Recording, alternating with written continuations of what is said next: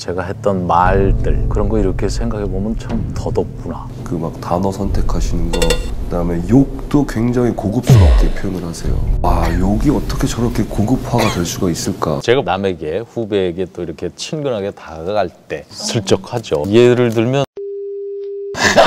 인기라는 게 뭘까? 그렇게 생각하다가 문득 생각나는 게 인기라는 건 곧 젊음인 것 같아요.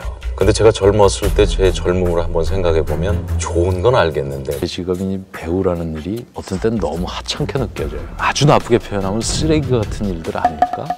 배우 한석규가 심층 인터뷰 프로그램에 나와서 꺼낸 첫 마디는 바로 놀랍게도 인터뷰하는 게 불편하고 힘들다는 말이었는데요. 나와주셔서 고맙습니다. 근데 그렇게 안 나오시려고 했다면서요? 감독 인터뷰를 그렇게 좋아하진 않는다고 들었습니다. 네, 인터뷰와 뭐 이런 거는 저를 참 힘들게, 좀 불편하고 힘들.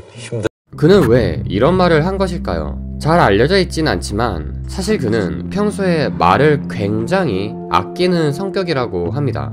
한석규 씨가 원래 이 말을 하는 쪽보다는 듣는 쪽을 좋아합니다. 말은 다 쓸데없다, 말은 다소 허무하다, 이런 말씀을 하셨다고 하는데, 그리고 이렇게 말을 하지 않으려 하는데 본인만의 분명한 철학이 존재했죠. 지나간 인터뷰들, 제가 했던 말들 그런 거 이렇게 생각해보면 참 더덥구나. 그런 순간에, 그리고 어떤 미사여구, 그리고 나를 좀 뭐 이렇게 좀 잘난 체한다? 그런 생각은 당시에 하지 않으면서 했지만 세월이 지나보면 그랬던 게 아닌가. 그런 좀 반성이라고 그럴까요? 이렇게 말보다는 하여튼 몸으로 네, 이렇게 하는 생각만 하고 끝이잖아요.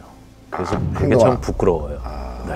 그렇습니다. 한석규가 말을 아끼는 이유는 바로 말보다는 행동을 중시하는 신념이 있었고, 뱉은 말이 많아질수록 행동으로 실천되지 않는 허울뿐인 말들이 많아질까 걱정됐기 때문입니다. 그렇다고 한석규가 말을 잘 못하는 사람인 것은 결코 아닙니다. 자신의 소신과 철학을 얘기하는 장면을 보면 그가 얼마나 말을 잘하는 사람인지 바로 알 수 있죠. 신인 시절 때 많은 분들이 하얀 도화지가 되라, 뭐 이런 말씀 많이 듣잖아요. 그리고 바탕이 하얗면 자기의 색깔을 마음껏 펼칠 수 있겠다, 뭐 이렇게 말씀들을 하시는데 검은 도화지가 될 수는 없는 것일까요? 그런 생각 한번 해봤습니다. 밤하늘의 별을 생각할 때 그 바탕인 어둠, 블랙, 그런 암흑이 없다면 그런 별은 빛날 수도 없을 것이고, 혼자 그런 생각을 해봤어요. 과연 인류의 끝은 무엇일까? 언젠가는 멸종이 되지 않을까 싶어요. 이스터 섬이라는 섬이 있어요. 거석 이렇게 해변가에 이렇게 석상 놓이는 그 섬에는 사람들이 살고 있었고, 그리고 자연도 너무 좋았고, 그런 거석을 만들고, 그리고 그걸 만들기 위해서 나무를 베고, 그러다가 결국은 자연이 다 망가지고, 그리고 또 그 자연이 망가지니까 먹을 것도 많이 떨어지니까 서로 또 싸우고, 뭐 그래서 지금은 아무것도 남지 않고 사람이 만들어 놓은 돌덩이와 그리고 다 황폐해진 섬, 그게 하나의 작은 지구가 아니었을까. 그것이 주는 의미가 저는 크다고 생각해요. 결국은 이 지구, 이런 인류도 그런 과정으로 걸어 들어가는 건 아닌가. 여담으로 그는 깊은 얘기만 잘할 뿐 아니라 욕도 고급지게 잘한다고 하는데요. 주로 고급지게 표현된 욕을 통해 친근감을 표시하고 무거운 분위기를 녹여낸다고 합니다. 드라마 뿌리 깊은 나무에 세종역으로 나온 한석규의 대사를 혹시 기억하시나요? 지랄, 진짜 후라치 전하, 듣는 귀가 많사옵니다. 지랄하고? 아이고, 전하, 제발. 자빠졌네. 전하, 제발 말씀을 가려서 쓴 것이다. 이는 사실 그의 평상시 모습이었던 것이죠.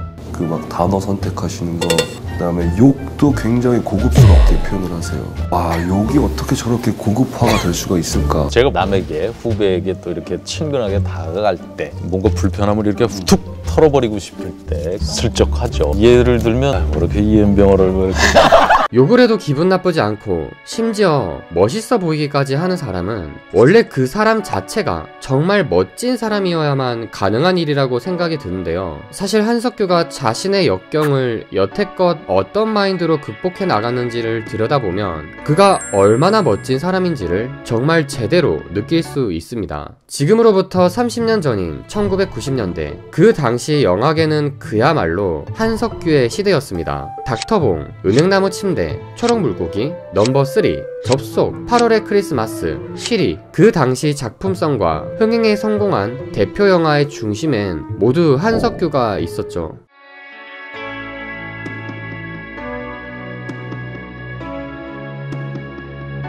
그렇게 전성기가 영원할 것만 같았던 한석규는 2000년대 이후 이중간첩, 그때 그 사람들, 미스터 주부 퀴즈왕, 구타 유발자, 2층의 악당 등 연이은 흥행 참패를 겪으며 점점 대중들에게 잊혀지고 심지어 무시까지 당하기 시작했죠. 그렇게 갑작스러운 하락세에 한석규는 엄청난 슬럼프에 빠지게 됩니다. 어떤 작품이 제일 소위 말해서 안타까웠냐 그런데 제 직업이 배우라는 일이 어떤 때는 너무 하찮게 느껴져요. 국민들에게 과연 얼마나 도움이 되는 직업일까? 제가 했던 작업이 그렇게 의미 있는 작업이었을까? 어떻게 보면 공해 아닐까? 아주 나쁘게 표현하면 쓰레기 같은 일들 아닐까? 이렇게 깊은 고민에 빠진 한석규는 한 가지 중요한 깨달음을 얻게 되는데요. 그는 그 깨달음의 내용을 골프에 비유하며 우리들에게 알기 쉽게 전달했죠. 근데 결론은 결국은 좋게 생각을 해요. 중요한 거는 그러한 시간이 있었던 게 나한테는 굉장히 중요하게.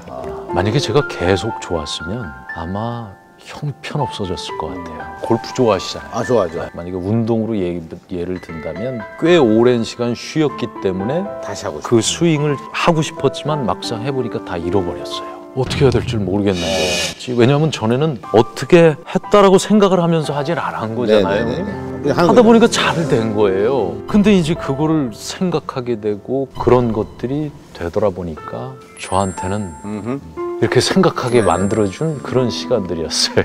그렇게 스스로에 대해 여러 가지 관점에서 고민할 수 있는 기회가 생긴 한석규는 오랜 고민 끝에 자신의 슬럼프를 극복하게 해준 4가지 큰 깨달음을 얻게 됩니다. 저는 선배님이 행복한 그 한때라고 생각하면 배우로서 영광을 받을 그때가 아닐까 조금 내심 생각을 했었거든요. 직업이 주는 어떤 성과로서의 행복감은 별거 아닌 것 같아요. 특히 이제 그 대중문화를 하는 연예인들이라면 인기 같은 것을 많이 또 의식하지 않을 수도 없는 거죠. 그 면에 대해서는 어떤 생각을 평상시에 하고 계십니까? 인기라는 게 뭘까? 그렇게 생각하다가 문득 생각난 게 인기라는 건 곧 젊음인 것 같아요. 근데 제가 젊었을 때 제 젊음을 한번 생각해 보면 좋은 건 알겠는데 늘 좋지만은 않았던 것 같아요. 불안하고 우울하고 그거를 넘어서고 하는 지금의 약간의 그 평온함, 그리고 그걸 다 이제 젊음을 이렇게 겪어내고 가는 그 후에 그것도 아 참 좋구나.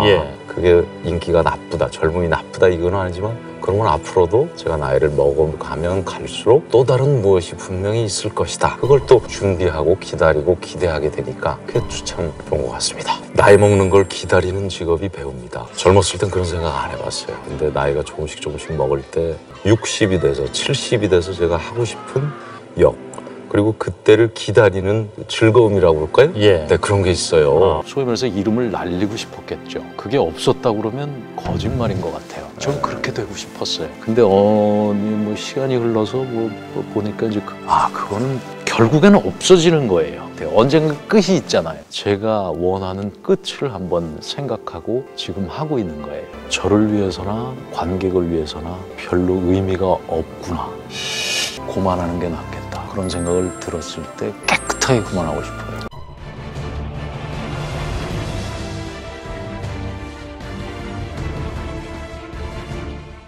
왜 배우가 됐냐라는 그 질문, 전에는 한때는 그거를 관객분들에게 보여드리고 싶어서 했다라고 생각했는데 지금은 제가 그걸 느끼고 싶어서 연기를 하는 것 같아요. 왜 연기를 하는가? 네, 왜 연기를 하는가?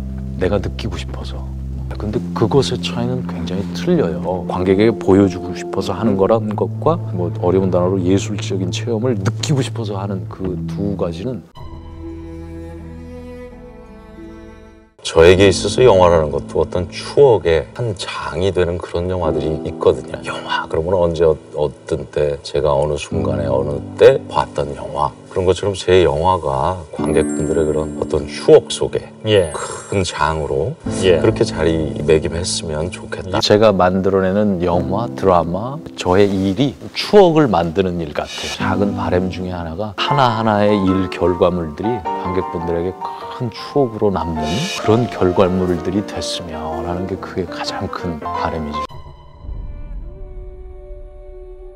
저 같은 경우는 가기 전에 꽝이다 이런 마음으로 가요. 이번에도 꽝이다. 나는 이런 생각으로 가기 때문에 스트레스는 안 받는 것 같아요. 꽝 되면 역시 예상했던 대로 꽝인 거구나. 근데 잡으면 이게 웬 떡이냐.